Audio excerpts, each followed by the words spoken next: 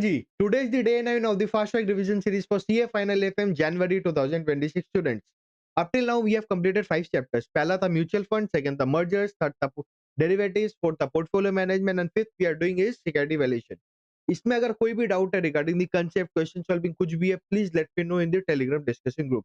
Sir discussion group का link कहाँ मिलेगा? इस वीडियो के डिस्क्रिप्शन में भी मिलेगा, पहले वीडियोस के डिस्क्रिप्शन में भी है, देख लेना एंड ज्वाइन कर लो. एफएम लेके कोई भी डाउट है, if you are attempting in January 2026 या उसके बाद भी, please join the group. It will be a very focused FM discussion group for you guys. आप मेरे स्टूडेंट हो या नहीं हो, doesn't matter, please join it.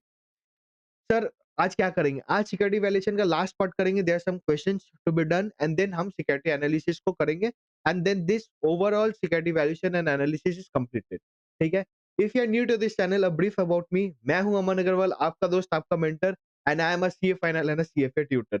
So let's start today with the security evaluation के questions first and then we will switch on to the security analysis. ठीक है, चलो करते हैं. सर सिक्योरिटी वैल्यूएशन में कौन से क्वेश्चंस बाकी है? हमने क्वेश्चन नंबर 47 तक किया था. इसमें अभी तक कोई डाउट, आई डोंट थिंक आपको डाउट होना चाहिए. बाकी अगर कुछ भी हो तो बता देना आप मेरे को. क्वेश्चन 48 करते हैं. सर क्वेश्चन 48 क्या बोलता है? The bank PK enters into a repo for 9 days with bank JJ in 6% government bonds 2022 for an amount of 20 crore. मतलब क्या ये मनी मार्केट इंस्ट्रूमेंट के बारे में बात बोल रहा है? रेपो अग्रीमेंट, रिपर्चेस अग्रीमेंट के बारे में बात बोल रहा है?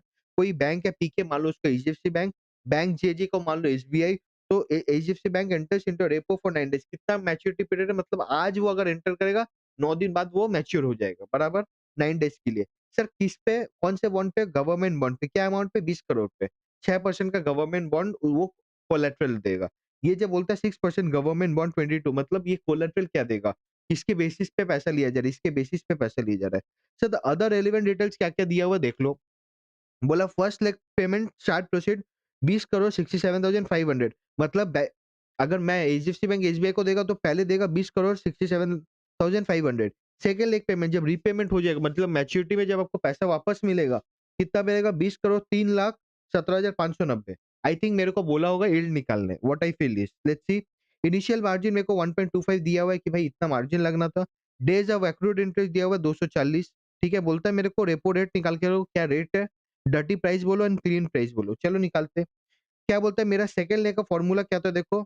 मेरा सेकंड लेग का फॉर्मूला होता है start proceed multiplied by 1 plus repo rate into the number of days divide by 360. बराबर. तो मेरा सेकंड लेग का अमाउंट दिया हुआ था, स्टार्ट प्रोसीड दिया हुआ था.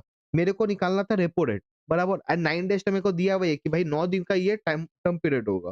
तो यहाँ से हमें रेपो रेट मिल जाएगा. 5% मेरा रेपो रेट है. तो फर्स्ट वन इज इजी, है कि नहीं? The first one is easy. Sir कैसे? देखो, मेरे को बोला यहाँ से हम स्टार्ट करें, यहाँ मतलब मान लो मैं 100 रुपया लगाया, मेरे को 110 मिलेगा. तो नॉर्मली हम क्या बोलते हैं? 10 रुपया कमाए कितना, अगर मान लो तब हम बोलेंगे 10%. बट ये तो होल्डिंग पीरियड रिटर्न हो गया. यील्ड पर एनम क्या रेट होगा तब आप करोगे? अगर मैंने 6 महीना ये रखा है तो आप करोगे 10/12/6, मतलब 6 हो जा 20% आप कमाओगे साल में, यही बोलोगे. सेम चीज हम यहाँ पे करें कि भाई अगर मैंने 9 दिन में इतना रुपया कमाया तो मेरा पर एनम क्या रेट है? रेपो रेट बोला 5%. अब मेरे को बोला डर्टी प्राइस निकाल के बताओ. डर्टी प्राइस कैसे निकालेगा? जो मेरा फर्स्ट लेग है उसका वैल्यू निकालने के लिए. उसका वैल्यू कैसे निकलता है? Nominal into the dirty price multiplied by the accrued interest का कंपोनेंट, सॉरी इनिशियल मार्जिन का कंपोनेंट. तो मेरा फर्स्ट लेग बोला ही था, मेरे को नॉमिनल बोला था, डर्टी प्राइस निकालना है एंड इनिशियल मार्जिन भी बोला था, बराबर 1.25. तो यहाँ से मेरे को डर्टी प्राइस निकल गया. अब डर्टी प्राइस क्या होता है? Dirty price equal to clean price plus accrued interest. तो डर्टी प्राइस मेरे को पता है, इंटरेस्ट एक्रूड भी मेरे को पता है कि 240 दिन का एक्रूड इंटरेस्ट है. तो 100 इंटू 240 बाई 360 इंटू 6%. 6% क्यों था? 6% गवर्नमेंट बॉन्ड जो कोलैटरल है उसके बाद उसका रेट क्या था? 6%. तो उस हिसाब से मेरा क्लीन प्राइस भी निकल गया. सर ये क्वेश्चन आपने क्यों करवाया? बिकॉज़ हमने तो 47 तो कर लिया था, फिर आज क्यों करवाया? ओनली द रीज़न इज़ कि अगर ये इंस्ट्रूमेंट्स आ जाए, व्हाट आई फील इज़ ये एमसीक्यूज़ में ज़्यादा आ सकते हैं. ठीक है? रेपो एग्रीमेंट ये सब जो क्वेश्चन्स है, this can come as a subjective also but mostly it will be tested in the MCQ part. तो एमसीक्यू में आएगा तो क्या है ना, इतना तो आपको लिखना नहीं है. तो if you have a habit of calculating only on the calculator and it makes sense तो आपको ईज़ी रहेगा. यहाँ पे भी सेकंड स्टार्ट वाला क्या ट्रिक करना, जैसे हम लोग करते हैं ना 110 डिवाइड बाय 100 माइनस 1 करके, ऐसे करके भी आप कर सकते हो. ठीक है? तो आप प्रैक्टिस करोगे तभी करना, अभी मत करना. पहला follow this method, once you do this in the second revision then try this method. ठीक है? जो हम लोग नॉर्मल रिटर्न निकालने के लिए जो परसेंटेज निकालते हैं. ठीक है? क्वेश्चन नंबर 48 हुआ, समझ आया क्वेश्चन नंबर 48? कुछ नहीं था, मेरे को बोला था रेपो रेट दिया हुआ, रेपो एग्रीमेंट है एक, मेरे को chart and the maturity period दिया हुआ है, बस मेरे को बताना है कि रेपो रेट क्या है, डर्टी प्राइस क्या है एंड एक्रूड इंटरेस्ट कंपोनेंट क्या है, हम बता देंगे। ये क्वेश्चन कब आया था सर? ये क्वेश्चन आया था आरटीपी नवंबर 24 क्वेश्चन नंबर 10, ठीक है? फिर आएँगे क्वेश्चन नंबर 49 पे। क्वेश्चन नंबर 49 क्या बोलता था? Following data are available for a bond. कोई एक बॉन्ड है जिसका फेस वैल्यू है 10,000 to be redeemed at par on maturity. At par मतलब जितना फेस वैल्यू है, अगर उसका फेस वैल्यू 10,000 है, तो उसको 10,000 में वो मैच्योरिटी पे वो रिडीम होगा। Coupon rate is 8.5% per annum, मतलब हर साल उसको 8.5% मिलेगा। Yield to maturity is 5 year, white time कितना है? 5 years. Yield to maturity, years to maturity sorry, years to maturity है 5 इयर्स, यील्ड टू मैच्योरिटी है 10%, मतलब अगर मैं मैच्योरिटी तक वो बॉन्ड होल्ड करके रखूँ तो मैं 10% कमा सकता हूँ। सर ये कूपन रेट से ज़्यादा है कि नहीं है? कूपन रेट मेरा 8.5% है, ठीक है? एंड मेरा जो वाईटीएम है वो 10% है। सर 2 चीज़ हो सकता है यहाँ पे। अगर मेरा वाईटीएम 10% है, तो मेरा जो प्राइस होगा वो फेस वैल्यू से नीचे आना चाहिए। अगर वो डिस्काउंट में लेगा तभी तो मेरे को ज़्यादा पैसा देना पड़ेगा, समझो। भाई अगर ₹100 का फेस वैल्यू है, अगर मैं उसको 95 में खरीदा होऊँगा, तभी मेरे को ज़्यादा पैसा मिल रहा है ना, वाईटीएम ज़्यादा मिल रहा है। वरना क्यों मिलेगा? वरना तो मेरे को बस फिक्स इनकम है 8.5%, तो वही होना चाहिए था। तो the current price a, answer तो कैलकुलेट करेंगे, अगर निकालने बोलेगा दैट इज़ लेस देन 10,000 होना चाहिए logically. You are required to calculate the current price of the bond, बोला ही है, मैक्यूलर ड्यूरेशन निकाल लेंगे, वोलेटिलिटी ऑफ द बॉन्ड मतलब स्टैंडर्ड डेविएशन पकड़ लो, convexity of the bond, expected market price if there is a decrease in the YTM by 200 basis point. हम जो क्वेश्चन करते थे कि सर मेरे को जो मॉडिफाइड ड्यूरेशन है वो क्या बताता है? वो बताता है कि भाई अगर मेरा इंटरेस्ट रेट चेंज होगा, तो मेरा बॉन्ड का प्राइस कितना से चेंज होगा? वो ये क्वेश्चन है, ठीक है? By Macaulay duration based estimate and by intrinsic value. मेरे को अब क्या दिया हुआ है? मेरे को पीवीज दिया हुआ है, बराबर 10% एंड 8% में। लेट्स कैलकुलेट करंट प्राइस क्या होगा मेरा? तो मेरा करंट प्राइस होगा, मेरे को हर साल 850 करके मिलेगा 5 साल तक, बराबर। लास्ट साल मेरे को 10,000 मिल जाएगा, बराबर। 1 प्लस आर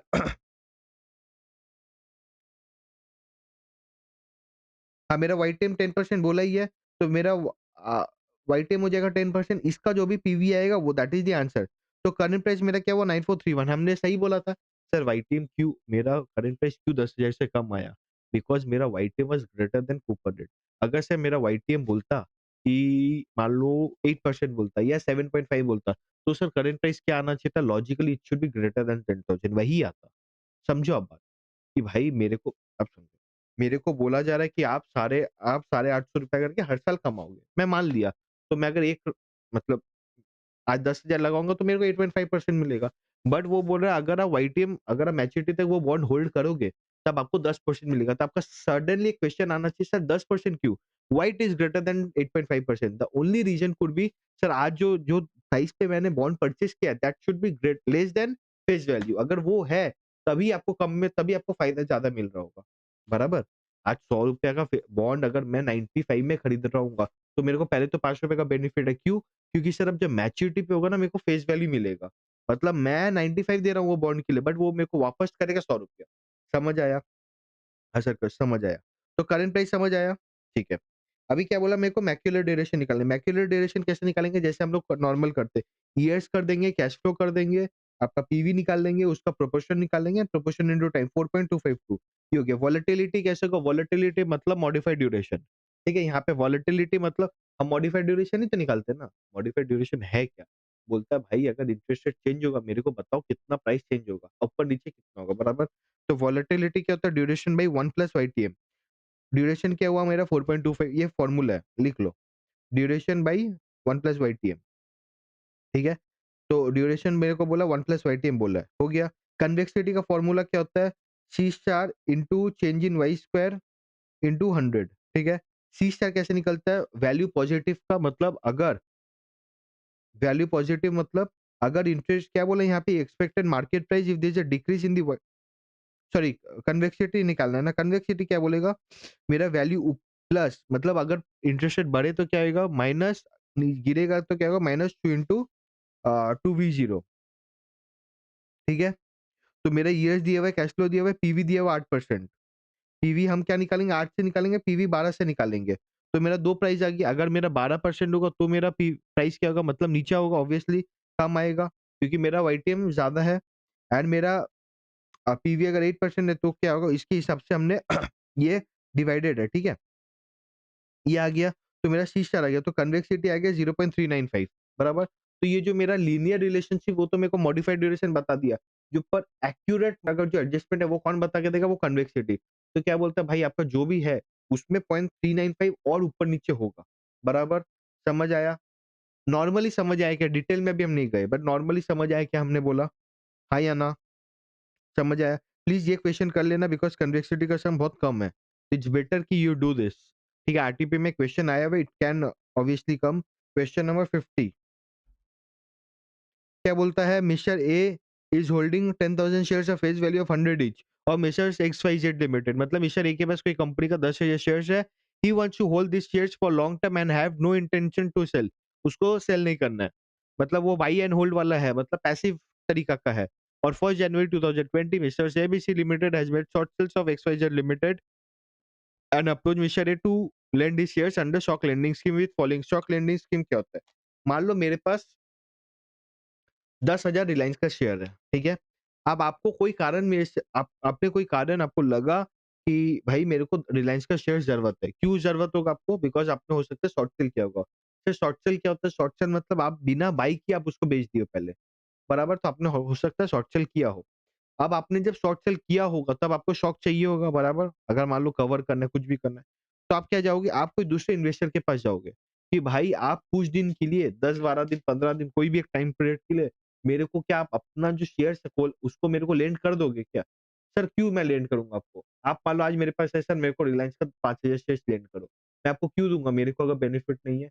मेरे को बेनिफिट क्या है? जो लेंडर है उसको एक इनकम मिलेगा। जैसे ब्याज मिलता है पैसा लगाने से, वैसे ही अगर मैं लेंड कर रहा हूँ तो मेरे को पैसा दिया जाएगा। और वो जो पैसा देगा, वो आपको एक इंटरेस्ट रेट देगा और आप कभी भी माँग सकते हो। जब आप लेंड करते हो, यू कैन से कि आप 10 दिन के लिए लेंड करो, 15 दिन के लिए एंड आप उसके पहले भी माँग सकते हो, ठीक है? बट उसमें थोड़ा डिफ़ॉल्ट रिस्क तरीका का रहता है स्टॉक में, बट अभी तो बहुत सारी ट्रांसपेरेंसीज़ आ गई तो प्रॉब्लम नहीं है। बट मेन फ़ोकस हमारा रहता है कि हमें एक्स्ट्रा इनकम करना है। अगर मान लो मेरे पास आज 10 लाख का पोर्टफोलियो है, बराबर? मेरे पास 10 लाख का एसेट है। मैं एक तो नॉर्मल इनकम करवाऊँगा, ठीक है? सीएजीआर ग्रोथ तो होगा ही मेरा, जो मार्केट चल रहा है, चल रहा है। बट अगर मैं थोड़ा एक्स्ट्रा भी कमा पाऊँगा, कैसे कमा पाऊँगा? With the help of stock lending. कोई को अगर ज़रूरत है शेयर्स, मैं उसको लेंड कर दूँगा कुछ दिन के लिए। समझ आया? तो इसने किया होगा, इसके आया होगा। Shares should be borrowed for 3 months from 1 January to 31 March. 3 महीने के लिए वो बोरो करेगा। लेंडिंग चार्जेस या fees of 1% to be paid every month on the closing price of the stock quoted in stock exchange. मतलब हर महीने के एंड पे जो भी क्लोजिंग प्राइस रहेगा, उसका 1% उसको फीस दिया जाएगा, मान लो ब्याज दिया जाएगा। Bank guarantee will be provided as collateral for the value as on 1/20। ये 1 जनवरी 2020 को जितना भी वो रहेगा, क्या नाम है, वैल्यू रहेगा वो स्टॉक का, उसके हिसाब से उसको कोलैटरल मिलेगा। अदर इन्फॉर्मेशन क्या दिया गया है कि cost of bank guarantee is 8% per annum on 29 February 2020 Mrs XYZ declared a dividend 25%। तो उसने कब तक लिया था? 1 जनवरी से 31 मार्च तक लिया था, बट उसके बीच में क्या हुआ? 29 फरवरी को एक्सवाईजेड एक्सवाईजेड लिमिटेड ने 25% डिक्लेयर किया डिविडेंड। क्लोजिंग प्राइस मेरे को दिया हुआ है एक्सवाईजेड का, shares quoted in stock exchange on various dates are as follows. ये डेट्स दिया हुआ है। You are required to find out earning of Mr. A through stock lending in both the scenarios. ठीक है? कि अगर बुलिश होगा या बेयरिश होगा।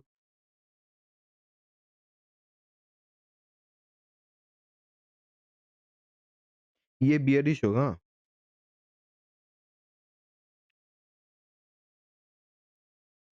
And total earning of mister A during 1 जनवरी 2000, मतलब टोटल अर्निंग क्या होगा 1 जनवरी से 31 मार्च, ठीक है?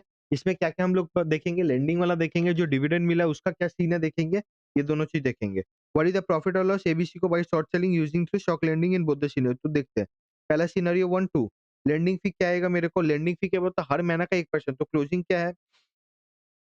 क्लोजिंग इज़ 1020, 1020 का 1%, ठीक है? 1020 का 1%, इसका 980 का 1%, 1040 का, ऐसे करके तो मेरा अर्निंग है 31.1 एंड 28.28। टोटल नंबर शेयर्स कितने थे? इतना, ठीक है? और मेरे को डिविडेंड इनकम मिला। डिविडेंड कितना बोला था? 25%। फेस वैल्यू अगेन 100, तो 25% करके मेरे को आया। तो 31 प्लस 25 56, मेरे को टोटल अर्निंग आया 5,61,000, बराबर? ये बोलता है गेन ऑन शॉर्ट, ये पहला वाला क्वेश्चन हो गया। Earning of mister A through stock lending बोला, टोटल अर्निंग मेरे को निकालना था, तो टोटल अर्निंग के लिए क्या होगा, पहले शॉक वाला एंड डिविडेंड वाला। वरना भाई मैं मालिक उसका, मैं आपको आपको मैंने लोन दिया, आपको मैंने ऐसे कोलैटरल दिया है, तो उसपे जो फायदा होगा मैं ही लूँगा, आपको नहीं मिलेगा। डिविडेंड अगर आएगा कंपनी क्रेडिट करेगी, मेरे को ही करेगी, बिकॉज़ मेरे नाम पे उसके जो बुक है, रिकॉर्ड डेट पे लिखा रहेगा कि अमन अग्रवाल के पास रिलायंस का 5,000 शेयर है। उसको नहीं मतलब है मैंने किसको कोलैटरल दिया है, बराबर? गेन ऑन शॉर्ट सेलिंग 1050 1000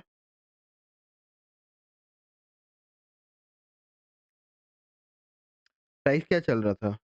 अच्छा हाँ, 31 मार्च को आएगा ना? हाँ, सॉरी। तो उसने क्या किया, 31 मार्च को 1050 आया एंड उसने बेचा था कितना था? 1000 में, बराबर? तो उसको लॉस ही होना चाहिए, बराबर? तो 1000 माइनस 40 और 1000 में बेचा, फिर 940 में खरीदा, तो यहाँ पे ₹60। लेंडिंग फी कितना दिया? 31.8, 28.8।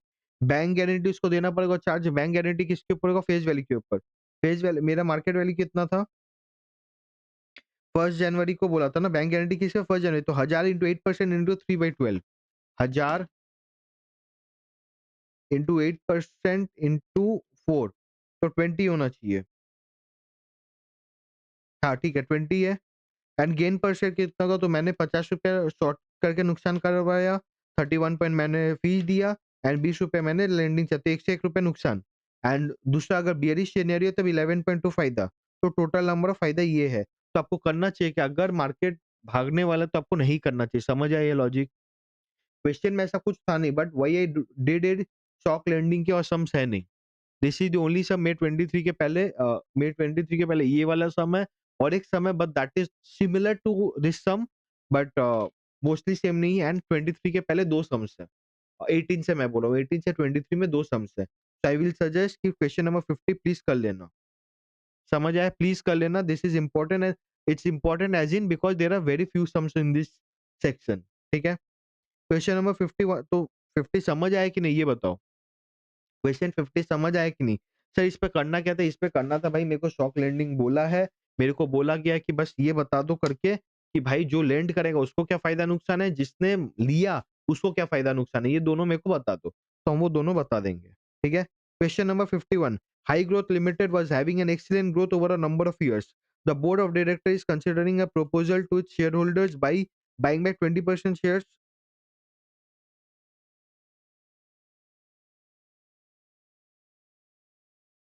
अच्छा, क्वेश्चन 51 हमने जो बाईबैक का क्वेश्चन किया था वही है सेम, हटाओ। 52 भी बराबर सेम है, 53 भी सेम है, 54 रिपीट है, 55 ठीक है। तो क्वेश्चंस में तो दिस इज एनफ, ठीक है। सिक्योरिटी वैल्यूएशन का इसके ऊपर और कोई क्वेश्चन थे तो मैंने जो भी करवाया है, please do the sums. Question number 50 जो हमारा करवाया मैंने, ठीक है, इंस्टीट्यूट के बाद, ये वाला तो प्लीज कर लेना question number 50, because again sums कम है, कभी भी आ जाएगा तो दिक्कत होएगा। क्वेश्चन नंबर 49 जो भी अभी मैंने आज जो भी 3 सम्स करवाए, 3 या 4 जो भी करवाए प्लीज डू इट, उसको तो छोड़ना ही मत। लास्ट दोनों क्लासेस में भी, पहले दोनों वीडियोस में भी जो मैंने बोला है, मार्क करवाया है कि भाई ये वीडियो क्वेश्चंस देख लेना, प्लीज देख लेना उसको। ठीक है, समझ आया? अब करते हैं सर लास्ट थ्योरी करते हैं, सिक्योरिटी एनालिसिस, फिर इसका सम करेंगे। ठीक है, सर सिक्योरिटी एनालिसिस होता क्या है? अभी क्या हुआ, हम थोड़ा बैकवर्ड जा रहे हैं।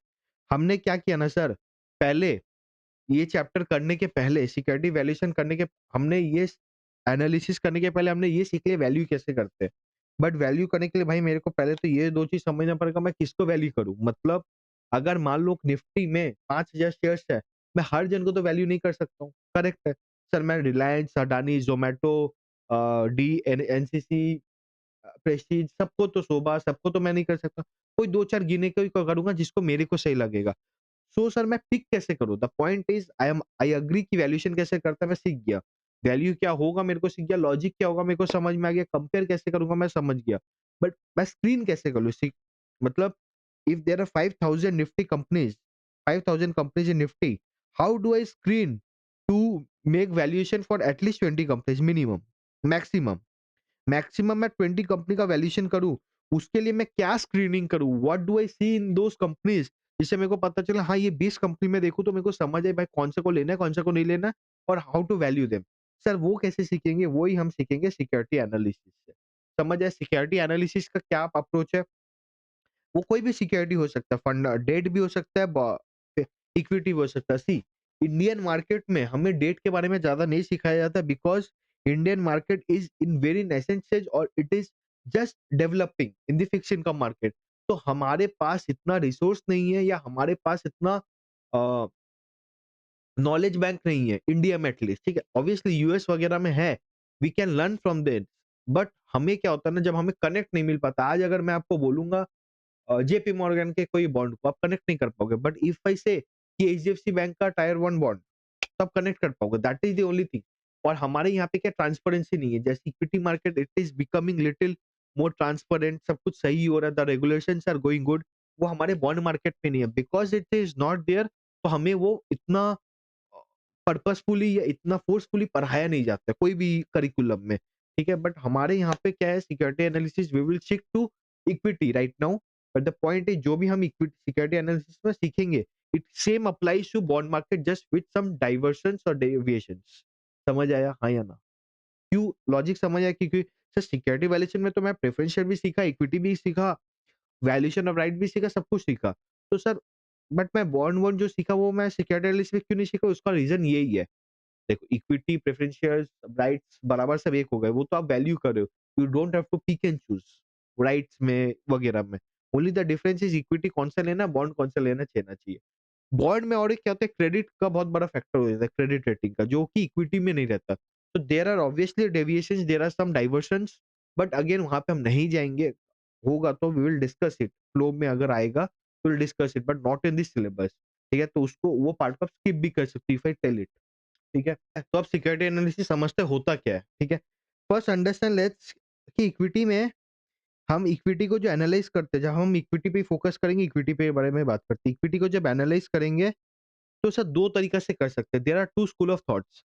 एक स्कूल बोलता है फंडामेंटली आप एनालाइज करो, ठीक है। एक स्कूल ऑफ थॉट बोलता है टेक्निकली आप एनालाइज करो। फंडामेंटली क्या बोलता है, मतलब आप कंपनी के बारे में समझो, इंडस्ट्री डिटेल में जाएंगे, पहले एक समरी समझो। फंडामेंटल बोलता है आप टेक्निकल, फंडामेंटल बोलता है आप कंपनी के बारे में समझो, इंडस्ट्री के बारे में समझो, मतलब हर एक फैक्टर्स को समझो, हर एक ड्राइवर्स को समझो, ये कंपनी सेल कैसे करी है, कंपनी किसको सेल करी है, हर एक चीज को समझो। कंपनी का कैपिटल स्ट्रक्चर क्या है, कंपनी चाहती क्या है, कंपनी का फ्यूचर प्रोस्पेक्ट्स क्या है, कंपनी के मैनेजमेंट कौन है, कंपनी का प्रोमोटर कौन है, एम्प्लॉइज कौन है, एम्प्लॉइज से बात करो, हर एक चीज, ईच एंड एवरीथिंग। अच्छा जो कंपनी जो कंट्री पे ऑपरेट करी, वो कंट्री कैसी है, पॉलिटिकल इश्यूज कैसे है वो कंट्री में, पॉलिटिकली क्या बोलता है, पॉलिटिकली इंक्लाइन तो नहीं है वो कंपनी, ये सब चीजें देखनी पड़ती है। प्लस इकोनॉमी कैसा चल रहा है वगैरह वगैरह। फंडामेंटल ये बोलता है। टेक्निकल ये बोलता है भाई मेरे को इससे क्या मतलब, मेरे को इस कोई चीज से मतलब नहीं, मेरे को क्या जाना इक्विटी का प्राइस क्या होना चाहिए। मैं एज एन इन्वेस्टर खरीदना चाहता हूँ, मैं देखूंगा आज मैं प्राइस खरीदा तो मेरे मतलब is it a by signal और अ सेल सिग्नल। टेक्निकल बोलता है ये देखना है, आपको कुछ और नहीं देखना है, आपको बस चार्ट देखना है। टेक्निकल बोलता है भाई, टेक्निकल एनालिसिस बोलता है नथिंग इज इम्पोर्टेंट, इकोनॉमी वगैरह कुछ इंपॉर्टेंट नहीं, सब टेक्निकल में बोला गया है। आप बस चार्ट देखो, समझो और प्राइस एक्शन को देख के बाई सेल करो, ये बोलता है। समझ आया? तो sir let's start first with the fundamental. समझ डिफरेंस समझ आया फंडामेंटल और टेक्निकल? फंडामेंटल बोलता है भाई दो चीजें हैं। फंडामेंटल एनालिसिस जब आप करोगे देख, दो से तीन चीजें हैं। फंडामेंटल बोलता है कि पहले एक कंपनी का एनालाइज करो, फिर मेरे को बोलता है कि इंडस्ट्री को एनालाइज करो, फिर मेरे को बोलता है कि इकोनॉमी को एनालाइज करो। ये तीन चीज है कंपनी, मेरे को फंडामेंटली मेरे को कंपनी फंडामेंटल बोलते हैं एनालाइज करने, कंपनी एनालिसिस एक होगी, इंडस्ट्री एक होगी, इकोनॉमी। सर समझते क्या क्या बोलता है? कंपनी एनालिसिस जब मेरे को बोलता है मान लो मैं अभी एग्जांपल जब हम ले रहे हैं, तो we will take an example of Biocon, ठीक है। Now why I am taking Biocon, Biocon what I feel, this is my take on this company, कि this company is little politically inclined in every aspects of the industry और the areas it is working, geographical area जहां पे भी operate करती है ये company, वहां पे they are little politically inclined, they are not into politics, but there are some way, अब आप बोलोगे सर सबको ही है। Yes, each and every good companies are inclined to the politically, but the only point is यहाँ पे मेरे को लगता है कुछ ज्यादा ही है, and they have been into the good books, bad books, etc. तो क्यों मैं बोला इसका एक मैं, why I told all these things before the start is to make a you know story about this company in your head, क्योंकि हो सकता है आपको पता हो सकता है नहीं पता हो बायोकॉन कौन है। It is a basically pharmaceutical में आते हैं ये लोग, एपीआईज वगैरह, lot of things they manufacture and for from from an industry perspective, this company is in a very good industry. From a future perspective, obviously all the things are good. But again, when I take a fundamentally call कि sir क्या होना चाहिए नहीं होना चाहिए, I don't prefer this company. ठीक है, हम समझेंगे फंडामेंटल में क्या, let's go to the company, company analysis में समझेंगे। सर हम जब कंपनी एनालिसिस का बात करते हैं ना कि कंपनी को एनालाइज करो, मतलब भाई बायोकॉन जो कंपनी है इसको ना एकदम डिटेल में एनालाइज करो, क्या है नहीं है, क्या क्या एनालाइज करो सर, इसका बुक वैल्यू क्या है ये एनालाइज करो। ठीक है? कंपनी का नेटवर्थ क्या है सर उसको एनालाइज़ करो। कंपनी का सेल्स क्या है वो एनालाइज़ करो। कंपनी का बेसिकली क्या बोलते हैं, मैं थोड़ा पहले ऊपर से आता हूँ। मेरे को बायोकॉन का एनालाइज़ करना है। अब आप मेरे को एक बात समझो, अ, आपको जब आप जनवरी में अटेम्प्ट दे रहे हो, ठीक है? आपका एग्ज़ाम 2 जनवरी से है। आप अपने आप को कैसे एनालाइज़ करोगे 22 दिसंबर को खड़े होके? कि सर मैं कितना प्रिपेयर्ड हूँ, मेरे को 10 दिन बचा है, मेरे को अगर कुछ वीक पॉइंट्स रिवाइज़ करने हैं, मैं कैसे करूँ? आप क्या देखोगे? आप देखोगे भाई मैं क्या पढ़ाई किया हूँ, मेरा आज कौन से सब्जेक्ट में आपको पता रहेगा बराबर, आप कैसे एनालाइज़ करोगे? Because you have done your last 3 months का होमवर्क। आप हिस्टोरिकली अपने आप को देखोगे, फ्यूचर तो देखोगे नहीं। हिस्टोरिकली भी कब देखोगे? If you have things written down, कि आपको पता है कि भाई मैंने ये 15 दिन ये चैप्टर किया था, एएफएम किया था, 15 दिन एफआर किया था।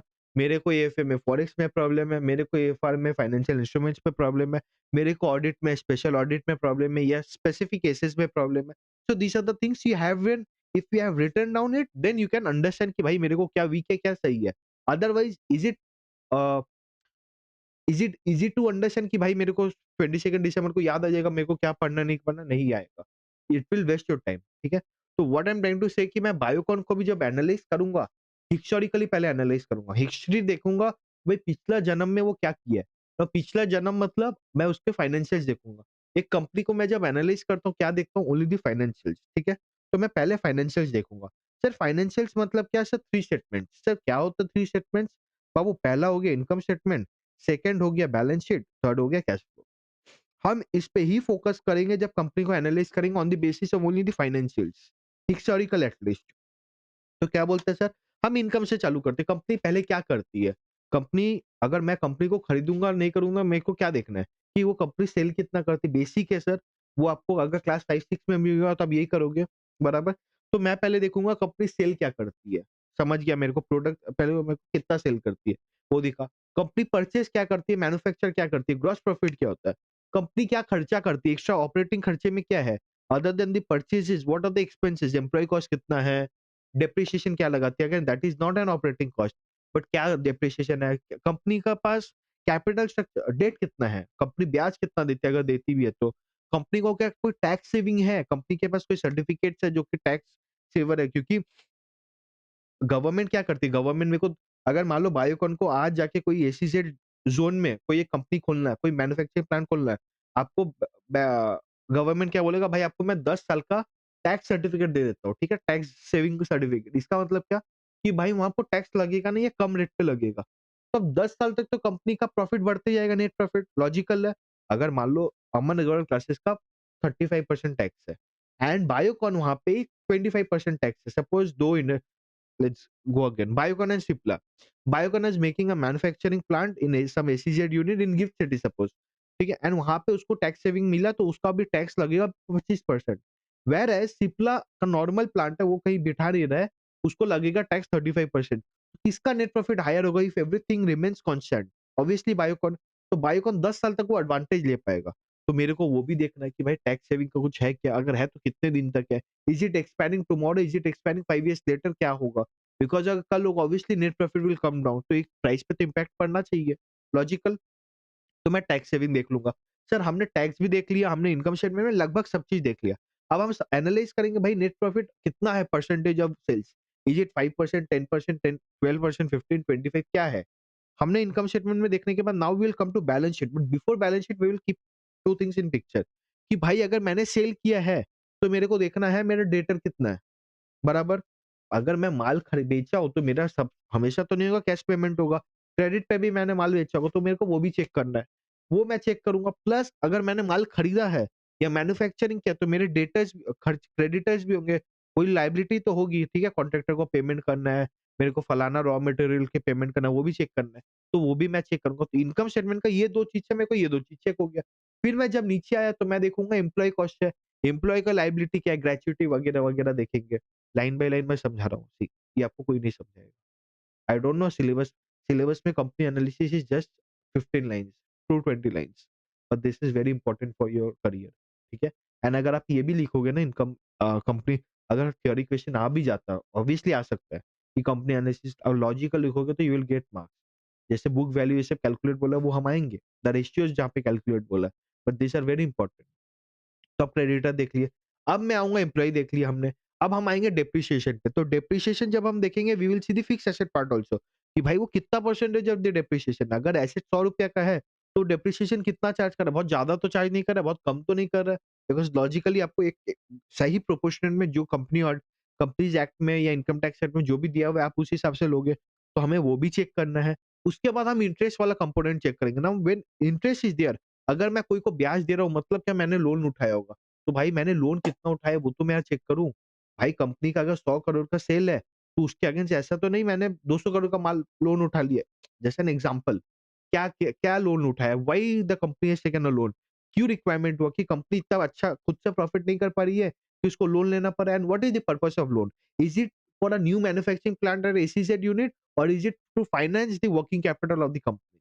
अगर वर्किंग कैपिटल भी है तो भाई आपको ज़्यादा क्यों लग रहा है? सो these are some things we will analyze. Once we are done with the balance sheet, then we will come to the cash flow statement. Cash flow में क्या देखेंगे? भाई मैंने इतना प्रॉफिट कमाया, उसका मैंने कितना घर पे पैसा बैंक अकाउंट में जमा किया, सीधा हिसाब है। ₹100 अगर मेरा नेट प्रॉफिट है, मेरे घर पे मेरे बैंक बैलेंस कितना है वो चेक करना है मेरे को। वो चेक करने के लिए क्या मैं देखूँगा भाई मेरा वर्किंग कैपिटल कितना है, फलाना मैंने लोन कितना लिया वगैरह-वगैरह। Now when we have done these things, अब मेरे को भाई ये तो मैंने सब्जेक्टिवली चेक किया। बट इससे तो मेरे को कुछ होगा नहीं, मेरे को अब कुछ रेशियोज निकालने पड़ेंगे। जैसे एसेट टर्नओवर रेशियो, हमने एक क्वेश्चन भी किया था एसेट टर्नओवर रेशियो से सेल्स निकालने का, बराबर। तो रेशियोज निकालेंगे, बुक वैल्यू देखेंगे, नेटवर्थ देखेंगे कंपनी का, कंपनी ये सब हम देख लेंगे, बराबर, कि कंपनी का औकात कितना है, नेटवर्थ क्या है, ये हम फाइनेंशियल से देखेंगे हिस्टोरिकली। इसके बेसिस में नाउ विल फोरकास्ट। जब मैं फोरकास्ट जाऊंगा तब मेरे को इंडस्ट्री एंड इकोनॉमी एनालिसिस चाहिए होगा। तो just bear with me, I will go to the industry and वो क्या नाम है, इकोनॉमी एनालिसिस, फिर फोरकास्ट में आएँगे। सर बट कंपनी वाले में पहले क्लियर करते हैं, फाइनेंशियल्स हमने हिस्टोरिकल देखा, सेकंड हम देखेंगे मैनेजमेंट कौन है। जैसे वो मजूमदार है, ठीक है, इसकी ओनर, तो हम देखेंगे भाई manage who is the management, ये प्रोफेशनली मैनेज्ड है कि भाई प्रोमोटर इंडियन मतलब फैमिली ड्रिवन कंपनी है। कंपनी का कॉल कौन लेता है? बस एक ही आदमी लेता है कि there is a diversification, there is a say of the professionals in those companies, वो देखेंगे। थर्ड हम ये देखेंगे भाई पॉलिटिकली इंक्लाइंड तो नहीं है। फोर्थ हम देखेंगे कि कंपनी आपको बहुत ज़्यादा अ, लाइमलाइट पे तो नहीं लगती, अननेसेसरी खर्चे तो नहीं करती है। So these are the things we will see from the management perspective. उनका एजुकेशन क्या है? भाई आप अगर समझो अ, अगर मैं जाके आज एक कोई मैन्युफैक्चरिंग फार्मास्यूटिकल कंपनी खोलूँ, ठीक है? भाई मेरे को पास अगर वो आइडिया ही नहीं है, वो नॉलेज नहीं, मैं खोलूँगा तो आप मेरे ऊपर बेवकूफ़ी है इन्वेस्ट करना मेरी कंपनी में, बराबर? I need to see the expertise also. अगर again if I'm opening it's fine, if I'm opening with one of the doctors or one of the good माने फार्मास्यूटिकल इंडस्ट्री के बहुत अच्छे नॉलेजेबल आदमी के साथ मैं खोल रहा हूँ, then it's fine, then I have the expertise. मैं फाइनेंस लेके आ रहा हूँ, मैं स्ट्रैटेजी लेके आ रहा हूँ, मैं सब लेके आ रहा हूँ, बस प्रोडक्ट में he should be the knowledgeable. तो वो हमें चेक करना है मैनेजमेंट में जो जो लोग हैं, who are the expert. Obviously मैं हर चीज में एक्सपर्ट नहीं बन पाऊंगा, but am I employing the right set of people, वो भी हमें देखना है। ठीक है, तो ये हमारा कंपनी एनालिसिस में हुआ। कंपनी एनालिसिस करके अभी दो चीज होता है फंडामेंटल में, एक होता है, चलो पहले कंपनी एनालिसिस हुआ, ठीक है। कंपनी के बाद हम करेंगे इंडस्ट्री को एनालाइज, मतलब वो कंपनी जो इंडस्ट्री में, वो इंडस्ट्री कैसी है? जैसे अगर Biocon is in the pharmaceutical industry, how is the pharmaceutical industry performing और will perform in next 5 years और परफॉर्म्ड लास्ट इन 3 इयर्स। हमें वो चेक करना है। इससे क्या होगा? हमें ये समझ में आएगा भाई अगर इंडस्ट्री नहीं परफॉर्म करेगी तो हम कैसे परफॉर्म करेंगे, बराबर? अगर मान लो सीए स्टूडेंट्स नहीं एनरोल होंगे, तो क्या अमन अग्रवाल क्लासेस का कोई फ़ायदा है? या आईसीआई का कोई मतलब होगा? नहीं होगा। अगर मान लो सीबीटी मोड में अभी एग्ज़ाम्स हो रहे हैं, बराबर? सीबीटी मोड में अगर जब एग्ज़ाम्स हो रहे हैं, जब सब डिजिटली हो रहे हैं सब कुछ, तब क्या पेपर का कोई काम है? वो पेपर इंडस्ट्री का वहाँ पे एक बहुत बड़ा क्या बोलते हैं उसको, सेटबैक हुआ होगा, बराबर? एट द उसी तरफ, उसी टाइम पे कंप्यूटर इंडस्ट्री जो है माने स्क्रीन्स का आपका ग्रोथ आया होगा बिकॉज़ ऑब्वियसली जो एग्ज़ाम पैटर्न्स है सब सीबीटी मोड में जा रहे हैं। So these are the some things will check कि भाई इंडस्ट्री मतलब इंडस्ट्री में क्या इफ़ेक्ट आ रहा है? अच्छा आ रहा है, नेगेटिव आ रहा है, पॉजिटिव आ रहा है, क्या आ रहा है?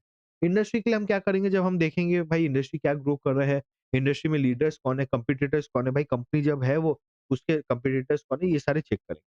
फिर हम इकोनॉमी पे आएँगे। अब इकोनॉमी में क्या चेक करेंगे भाई ओवरऑल इंडिया कैसे ग्रो कर रही है? ओवरऑल इंडिया का ग्रोथ क्या है? कैसे देखेंगे? नेशनल इनकम देखेंगे, क इंडिया का ना इंडस्ट्रियल प्रोडक्शन देखेंगे। जैसे अभी बोल रहा है, रिसेंट न्यूज़ है कल परसों का कि भाई because of the GST cut there is a upward trajectory in the industrial production. सही कितना है, गलत कितना है, I don't know. That is the news. What it is saying कि भाई कंज्यूमर जब लोग खरीदेंगे ज़्यादा तो that was the only sole motive consumer ज़्यादा खरीदे, प्रोडक्शन ज़्यादा हो। तो वो बोल रहा है मतलब वो हो रहा है। ठीक है? That is actually happening. Now it is a good news for us. Now let's see how it basically turn arounds. ठीक है? तो हमें ये देखना है।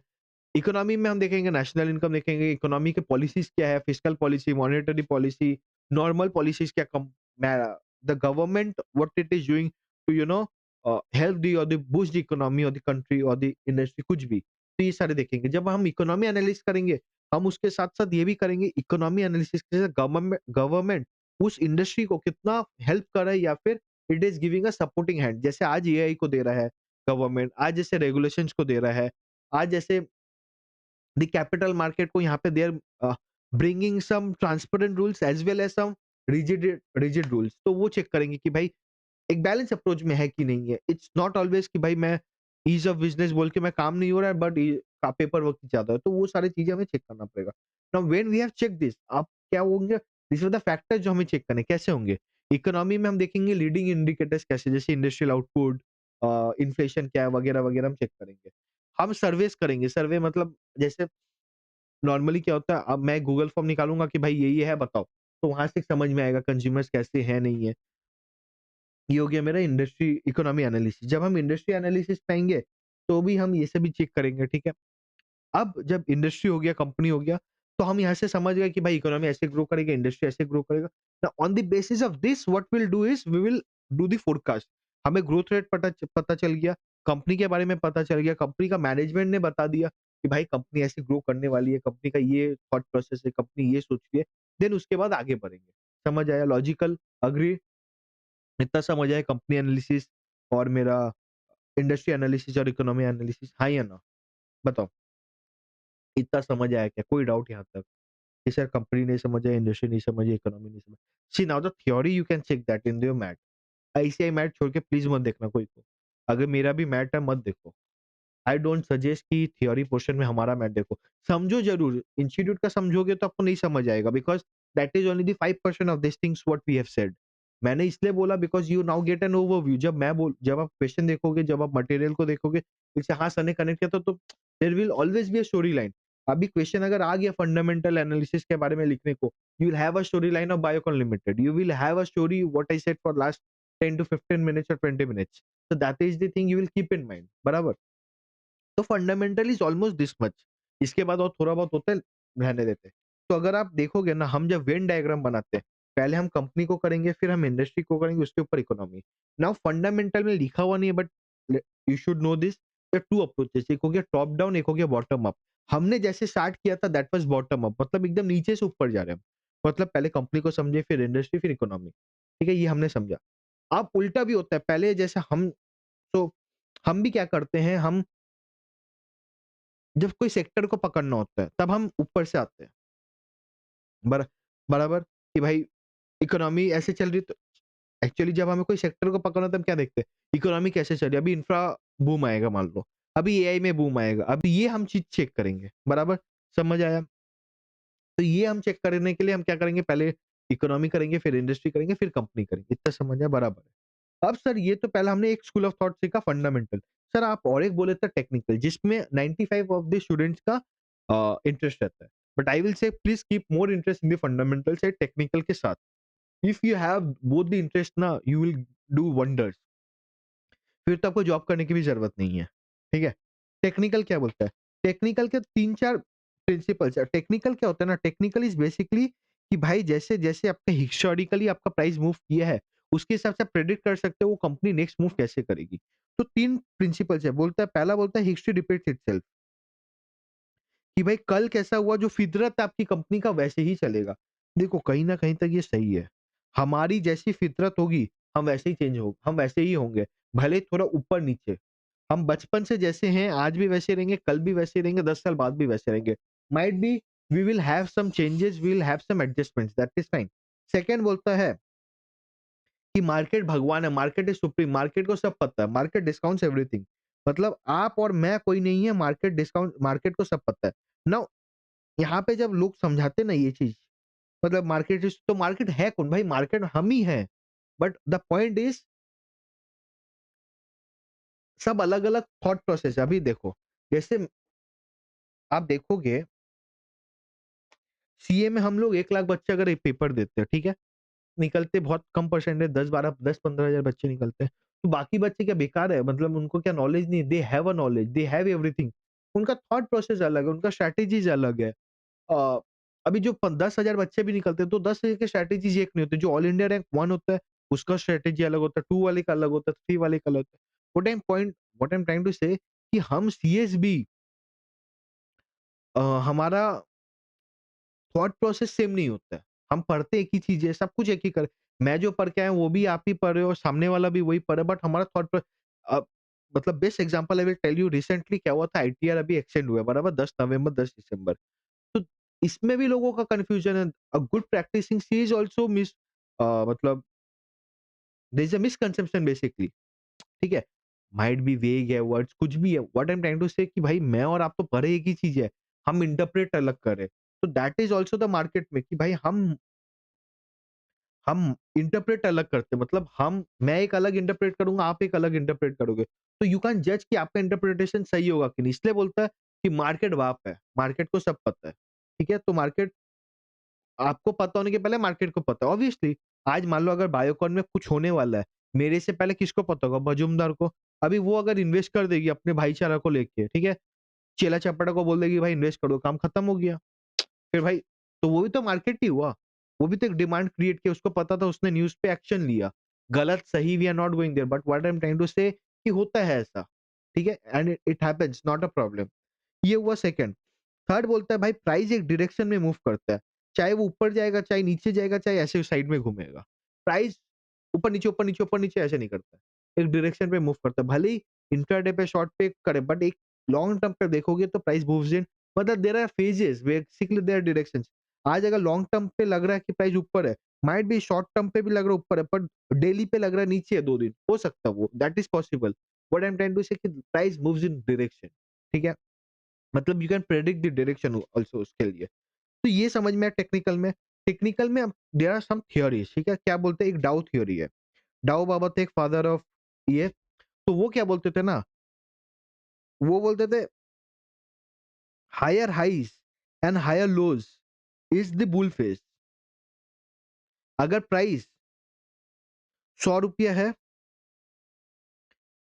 ये फिर 120 गया, फिर वो 90 आया, नहीं 110 आया, फिर वो 140 गया, फिर वो 122 आया, फिर वो 170 गया, फिर वो 160 गया। मतलब क्या कर रहा है, प्राइस ऊपर गया, फिर नीचे आया, फिर ऊपर गया, फिर नीचे आया, फिर ऊपर गया, फिर नीचे आया। बट ये जो नीचे आ रहा है, वो पहले वाले ऊपर के ऊपर आ रहा है। पहले वाले नीचे के मतलब ये जब नीचे आया तो 110 आया था, लेकिन अगली बार जब नीचे आया 140 से, वो 110 के नीचे नहीं आया, वो 110 के ऊपर ही रहा। मतलब it is when the share price makes higher highs and higher lows, it says it is in the bull phase और द अपवर्ड डायरेक्शन पे। सेम थिंग वो बोलते हैं जब लोअर हाई बनाता है लो हायर लोज, तब होता है बियर फेज या फिर डाउन फेज। समझ आया? बेसिकली लोअर हाईज, हाई कम है, ठीक है, एंड लो कम है, लोअर लो, ठीक है, समझ आया? डाउ में, डाउ यही बोलता है। और एक बच्चा है रैंडम वॉक। रैंडम वॉक क्या बोलता है? जो कि हम वो कौन सा नाम है, ब्लैक शोल, हाँ ब्लैक शोल मॉडल पे समझते हैं। ब्लैक शोल भी एजम्पशन लेते हैं कि share price doesn't move in a direction, कुछ भी हो सकता है। मतलब आप ये नहीं बोल सकते हो 100 का 110 जाएगा, 90 जाएगा, 100 का 101, 100.5, कुछ भी हो सकता है। So the price moves in haphazard manner, ठीक है, मतलब रैंडमनेस है, कुछ भी हो सकता है। There is a an number of chances to happen, ठीक है। तो रैंडम वॉक थ्योरी ये बोलता है टेक्निकल में। थर्ड बोलते हैं इलियट वेव। इलियट वेव क्या होता है? ये बोलते हैं दो तरीका के पैटर्न्स होते हैं, एक हो गया इंपल्सिव, हो गया करेक्टिव। मतलब आप एक तो फ्लो में निकल जाओगे, ठीक है? फिर जब फ्लो घूमेगा तो घूमने वाले डायरेक्शन होते हैं corrective. What I am trying to say, जब हम 10 जन बैठ के पढ़ते हैं, ठीक है? मान लो जब हम प्री कोविड एरा में बात करो, ठीक है? हम क्या करते थे? हम 4-5 जन, हमें पता रहता था हमें ये क्लासेस में जाना है, हमें ये करना है, क्लास करना, आना है। तो हम सुबह हम 6 बजे निकलते थे घर से, ठीक है? रात को 9 साढ़े 9 बजे आते थे, इंटर का मैं बात बोल रहा हूँ। ठीक है? सारे क्लास करके, मतलब सुबह कोचिंग का क्लास, फिर एफआर का क्लास, फिर एफएम का क्लास, फिर ऑडिट का क्लास, फिर ये क्लास, फिर कॉलेज का बीच में, करके घर आते थे। ना वो हो पाता था because we were a group of friends, सब कोई, खाली मैं नहीं, सब एक-एक ग्रुप थे, 10, 15, 20 लोग, 5 लोग, 4 लोग, 2 लोग, ऐसे करके ग्रुप थे। सो आप फ्लो में वो 6 महीना निकाल लेते थे, आपको पता ही नहीं चलता भाई मैं इतना मेहनत कर रहा हूँ। सच में हम हमें तो नहीं समझ आया था, बिकॉज़ सुबह जाते थे भाई दोस्त लोग के साथ जाना, क्लास-व्लास करके आना है, मेहनत करना है, फिर पढ़ना है, फिर करना है, we used to do that. But जब आप पढ़ने बैठते हो, नाउ बिफोर द एग्जाम 3 महीना, तब आप अकेले हो। नाउ सडनली क्या हो रहा है,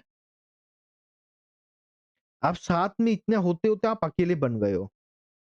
ठीक है, जब आप अकेले पड़ गए हो, now you don't know what to do, तब आप पैनिक क्रिएट होता है। भाई मेरे को इतना पढ़ना है, 3 महीना में मैं ये कंप्लीट करूँगा।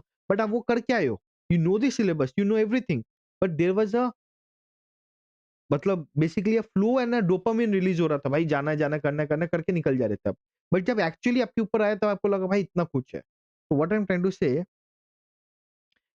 मार्केट में भी यही होता है। जब सब कोई बोलता है बुल बुल बुल, भागने वाला भागता है।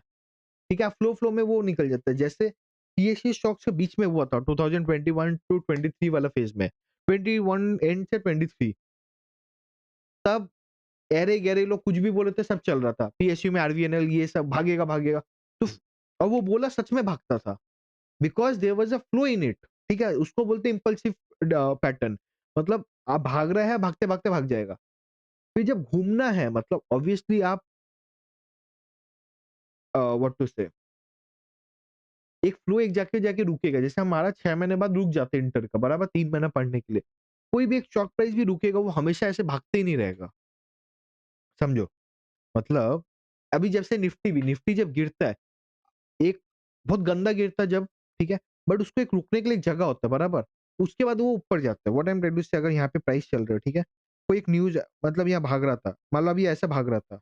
ये जो फ्लो है, ये फ्लो एक आया, ठीक है? एक अपवर्ड मूव आया। इससे क्या होगा ना, ये और भाग जाएगा ऊपर। जब भाग गया, बट उसके बाद जब रुका, फिर जो उल्टा घूमेगा डायरेक्शन पे, वो आए, उसको बोलता है करेक्टिव। मतलब अगर आप बियर फेज में हो, मतलब प्राइस नीचे आ रही है, उसके बाद वही फ्लो में आएगा, तो जो नीचे आएगा उसको बोलते हैं इम्पल्सिव पैटर्न। जब प्राइस जब घूमेगा, it will go to the from bear to the bull phase, उसको बोलता है करेक्टिव पैटर्न। समझ आया? उसको बोलता है क्या, करेक्टिव पैटर्न। नॉर्मली क्या होता है, ये हो गया मान लो 1 2 3 4 5, ये हो गया मेरा इम्पल्सिव। फिर ए, बी, सी, ए, बी, सी, ये मेरा हो गया मेरा करेक्टिव, ये मेरा हो गया इम्पल्सिव। मतलब आप फ्लो में इतना दूर भागे, फिर जब प्राइस गिरना है फिर यहाँ पे आएगा, भले ही उसके बाद फिर ऊपर जाए, नीचे जाए, फिर एक डायरेक्शन बनेगा, अलग बात है। समझ आया लॉजिक, हाँ या ना? इलियट वेव समझ आया? मतलब एक मेरे को पैटर्न बता देता है ये ऐसे होने वाला है। अगर अभी इम्पल्सिव में है तो आप क्या करोगे? यू विल, अगर बुल फेज चल रहा है, आप अभी इम्पल्सिव पैटर्न आप प्रेडिक्ट कर लियो, तो what you will do, you will be in a buying position. But आपको लगता है ये भाई जब आया है, ये यहाँ पे आके खड़ा हो गया। मेरा प्राइस अभी यहाँ, आप सोचो यहाँ पे हो आप, ठीक है? यहाँ पे आपने देखा कि भाई अभी इम्पल्सिव पैटर्न चला, आप खरीद लिए। अब प्राइस जब यहाँ आ गया, तब आपको समझ आया because the this patterns predict it very nicely, तो उसको समझ में आया कि भाई अब प्राइस गिरने वाला है, अब करेक्टिव होने वाला है, घूमने वाला है। तो आप क्या करोगे? You will now decide to hold it और सेल इट। बराबर समझ आया लॉजिक? ठीक है। इलियट वेव समझ आया? तो हमें फंडामेंटल एंड टेक्निकल समझ आएगा। सर हमें कौन-सा करना चाहिए? नाउ दिस सीम्स एक्साइटिंग, हमें क्या करना चाहिए? आई सजेस्ट आफ्टर एग्ज़ाम दोनों पे फोकस करना। डू सम टेक्निकल क्लासेस नहीं करना पड़ेगा, नॉर्मल यूट्यूब पे कुछ भी खोलो निकल जाएगा। फंडामेंटल्स आपको आता ही है, हिस्टोरिकल ऑडिट आपने किया ही है। अगर एक ऑडिटर अगर नहीं कर पा रहा है एनालिस्ट, तो बहुत दिक्कत का बात है हमारे लिए। हम सीएस का यही प्रॉब्लम है, हम एनालिटिकल एंगल बस नहीं सीखते, हम बस स्केप्टिकल रहते हैं। भाई ये गलत, ये गलत, ये गलत। उसको एनालाइज़ करो भाई, देखो, अभी से वो प्रैक्टिस करो। टेक्निकल में ये समझ आया। और एक चीज़ होता है एफिशिएंट मार्केट हाइपोथेसिस, ठीक है? जैसे बोलता है एफिशिएंट मार्केट हाइपोथेसिस में क्या है? हम बोलते हैं भाई मार्केट सुप्रीम है। बट ये बोलता है भाई 3 तरह के टाइप्स होते हैं। पहला हो गया वीक एफिशिएंसी, फिर हो गया सेमी स्ट्रांग एफिशिएंसी, फिर हो गया स्ट्रांग एफिशिएंसी। ठीक है? स्ट्रांग एफिशिएंसी से चालू करते हैं। स्ट्रांग एफिशिएंसी बोलता है भाई आप कुछ भी कर लो, आप मार्केट को बीट नहीं कर पाओगे। मार्केट को सब पता है। आप इनसाइडर हो, प्राइस, टेक्निकल फंडामेंटल सब घटिया है। स्ट्रांग बोलता है भाई सब घटिया, कोई चीज़ सही नहीं है। एफिशिएंट मार्केट हाइपोथेसिस मतलब मार्केट कितना एफिशिएंट है, ठीक है? मार्केट जैसा प्राइस चल रहा है, how much it is efficient, मतलब इसको सब पता है कि नहीं पता है। ये जो आज दाम है, आज अगर बायोकॉन ₹10 में बिक रहा है, तो ₹10 दाम होना चाहिए कि नहीं होना चाहिए? अगर उसके पास कोई न्यूज़ का अपडेट नहीं है, वो प्रेडिक्ट नहीं कर पा रहा, वो ट्रांसपेरेंट नहीं, मतलब वहाँ पे एक आर्बिट्राज है, यहाँ पे वहाँ पे आप स्कोप है पैसा बनाने का, बराबर? अगर सब कुछ ही सही है, आज मान लो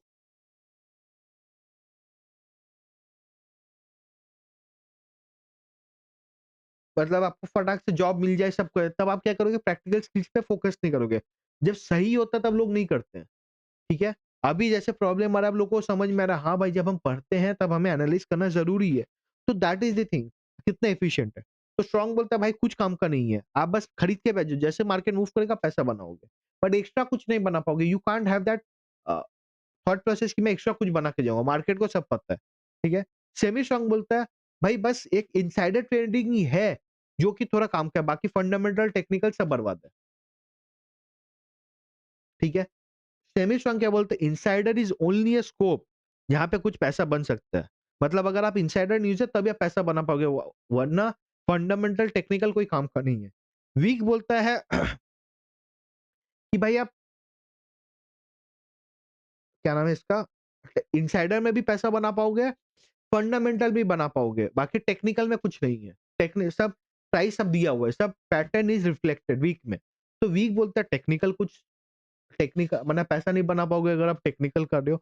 सेमी स्ट्रॉन्ग बोलता है भाई आप टेक्निकल फंडामेंटल सब घटिया है, बस आप अगर इनसाइडर न्यूज़ है तभी आप कुछ कर पाओगे। स्ट्रॉन्ग बोलता है भाई आप कुछ भी कर लो, आप कुछ नहीं कर पाओगे। समझ आया? इतना समझ आया बिकॉज़ सब कुछ सही है। तो 1 मिनट में समझते हैं क्या है efficient market hypothesis. Sir weak efficiency बोलता है कि मार्केट को सब पता है, market is supreme. Only you can outperform the market if you know fundamental analysis और इनसाइडर न्यूज़ आपके पास, तभी आप वीक वाले पे काम कर पाओगे। ये बोलता है कि टेक्निकल बेकार है। सेमी स्ट्रॉन्ग बोलता है भाई आप अगर तभी आउट परफॉर्म कर पाओगे अगर आपके पास इनसाइडर न्यूज़ है। बाकी फंडामेंटल, टेक्निकल सब बेकार है। स्ट्रॉन्ग बोलता है तब आप आउट परफॉर्म ही नहीं कर पाओगे बिकॉज़ इनसाइडर, टेक्निकल, फंडामेंटल सब घटिया है। समझ आया? हाँ या ना? ठीक है। सर टेक्निकल समझ आया, फंडामेंटल समझ आया, ये हमें चैप्टर में समझ आए। एफिशिएंट मार्केट हाइपोथेसिस का 2 क्वेश्चन्स है, 2 बेसिकली टाइप्स, एक सीरियल कोरिलेशन, एक रन टेस्ट, वो हम करेंगे इंस्टीट्यूट का मैथ से। बट उसके पहले मेरे को आपको एक चीज़ समझाना है चार्ट्स टेक्निकल में। एक होता है लाइन चार्ट कि प्राइस जो हम ऐसा जो दिखा रहे हैं ये लाइन चार्ट है। एक होता है कैंडलस्टिक, ठीक है? कैंडलस्टिक क्या बोलता है? आज मान लो 2 नवंबर है, ठीक है? आज प्राइस कितना में ओपन हुआ, आज प्राइस कितना में क्लोज किया, आज प्राइस कितना हाई लगाया, आज प्राइस कितना लो लगाया, ये चारों का मार्क करेगा। मतलब बायोकॉन। आज 9:15 बजे ये ओपन हुआ ₹120 पे, ठीक है? वो 11 बजे प्राइस लगाया 150, ठीक है? 1 बजे वो प्राइस लगाया 92, ठीक है? फिर 3:30 बजे वो क्लोज हुआ 140 में। उसको ये 4 चीज़ चाहिए, सबसे हाईएस्ट पूरा दिन में कितना गया, सबसे लोएस्ट कितना गया और ओपन क्लोजिंग। अब वो क्या करेगा, वो बोलेगा चलो ओपन हुआ 120 पे, ठीक है? इससे ऊपर बनाएगा, बराबर? ठीक है? यहाँ पे 150 आया, ये फिर यहाँ से नीचे बनाएगा, ये 92 आया लोएस्ट। अब वो बनाएगा भाई क्लोज कहाँ हुआ? क्लोज हुआ 150 पे, तो वो ये बॉडी बना देगा। 140 पे, समझ आया? ये समझ आया क्या? कैंडल स्टिक बोलता है भाई मेरे को 4 चाहिए, ओपन, लो, क्लोज, हाई, इससे बनाएगा। फिर बार चार्ट होता है, बार चार्ट सिंपल, ओपन, ये टोटल ऐसे दिखाता है, ये सब इतने फायदे, लाइन और कैंडल स्टिक इंपॉर्टेंट है, वही आता है, नॉर्मल है।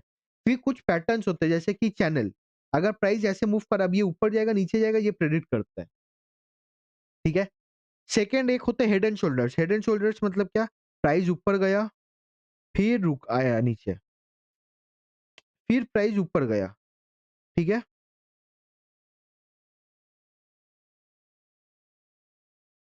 फिर प्राइस आया, एक्चुअली गलत, क्या हुआ, प्राइस ऊपर गया, फिर नीचे आया, फिर एक प्राइस ऊपर गया, फिर आया, फिर प्राइस नीचे गया, फिर ये क्या बोलता है, ये हेड है एकदम, मतलब ये दिमाग, ये हेड है, ठीक है? ये दोनों शोल्डर्स है, मतलब ये एक शोल्डर है, ये एक शोल्डर है। अब प्राइस नीचे जाएगा, मतलब यहाँ पे जब आ गया, मतलब प्राइस नीचे जाएगा। रिवर्स हेड एंड शोल्डर्स क्या होता है, प्राइस ऐसा आया, ऐसा, फिर ये नीचे आया, ये ऐसा, फिर ये आया, ये। अब इसको जब ब्रेक करेगा, ये लाइन को जब ब्रेक करेगा तब ऊपर भागेगा।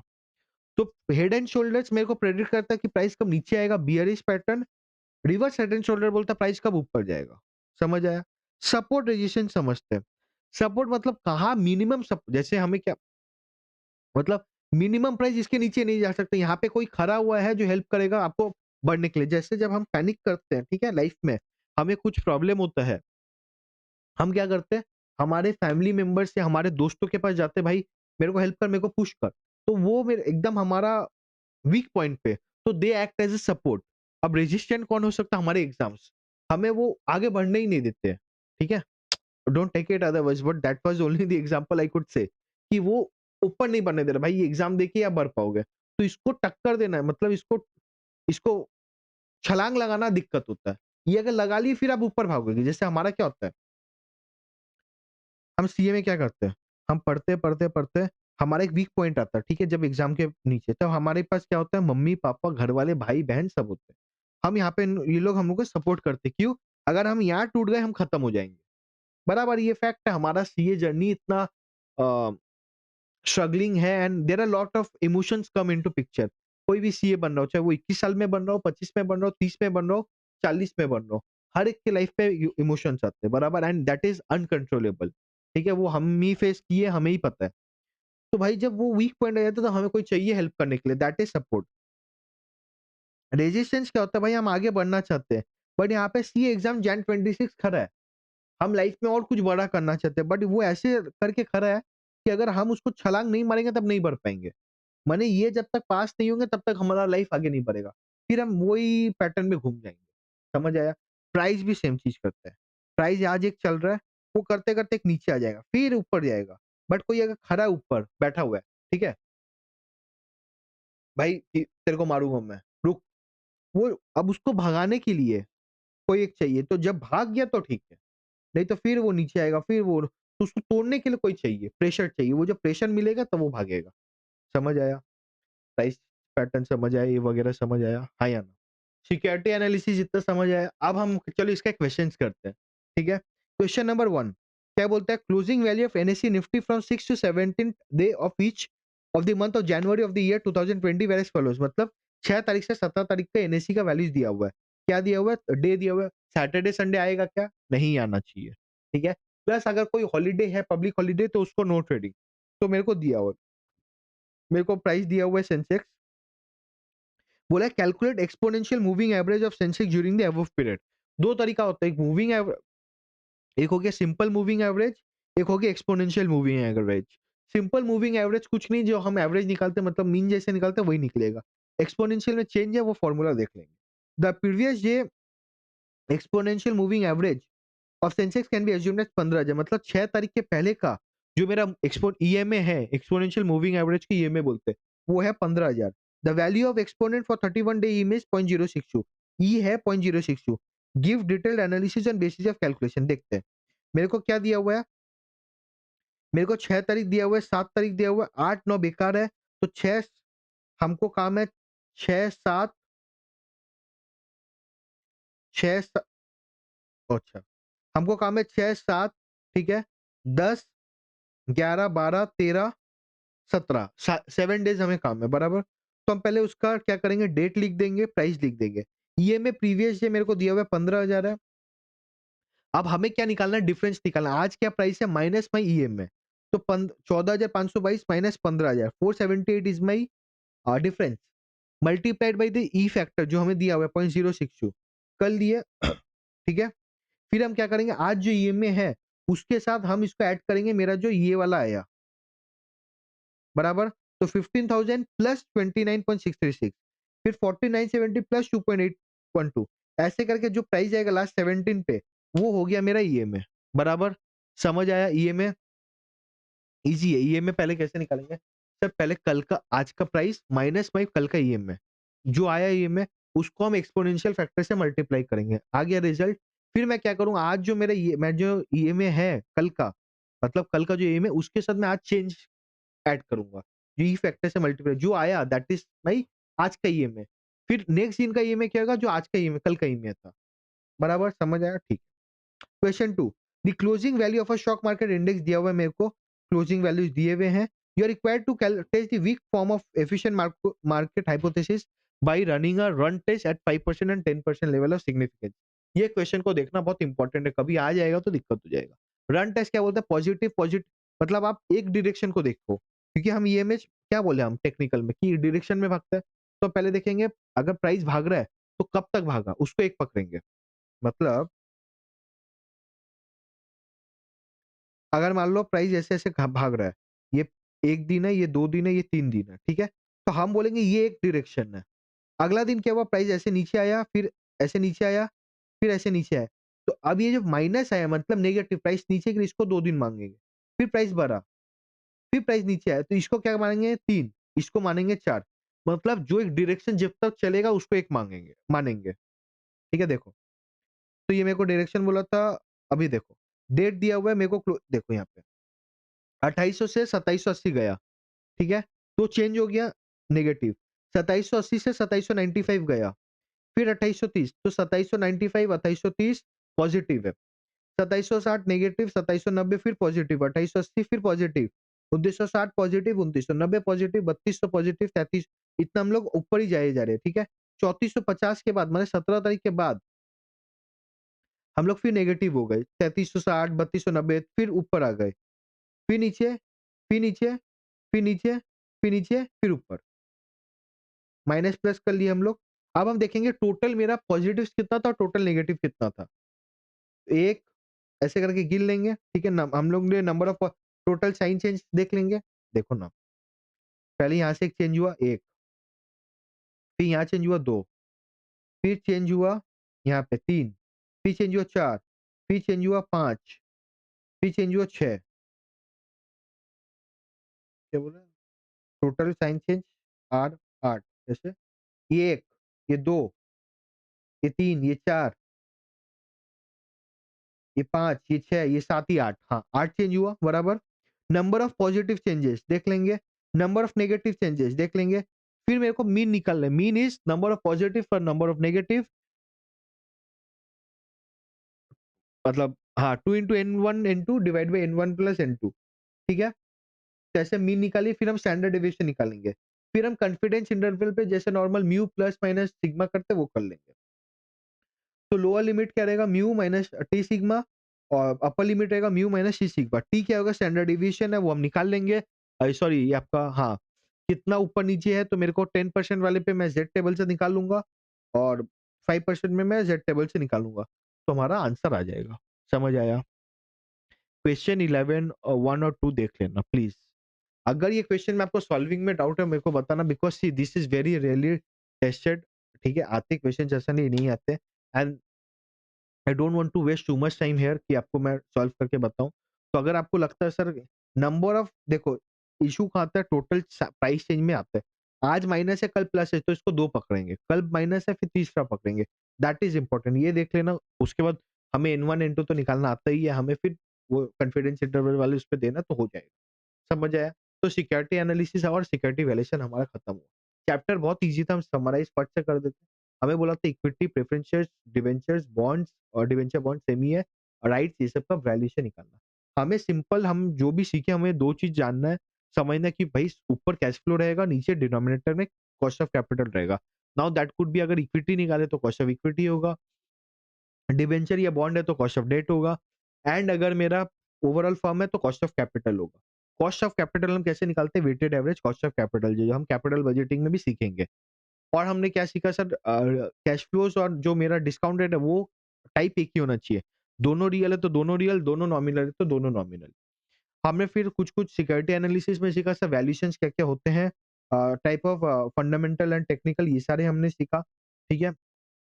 हमने कुछ सम्स किया, सम्स में जैसे हमें मनी मार्केट इंस्ट्रूमेंट का कुछ सम मिला, हमें लास्ट में अभी जो हमने आज सम किया वो समझे, ड्यूरेशन समझे हम लोग ने, ठीक है?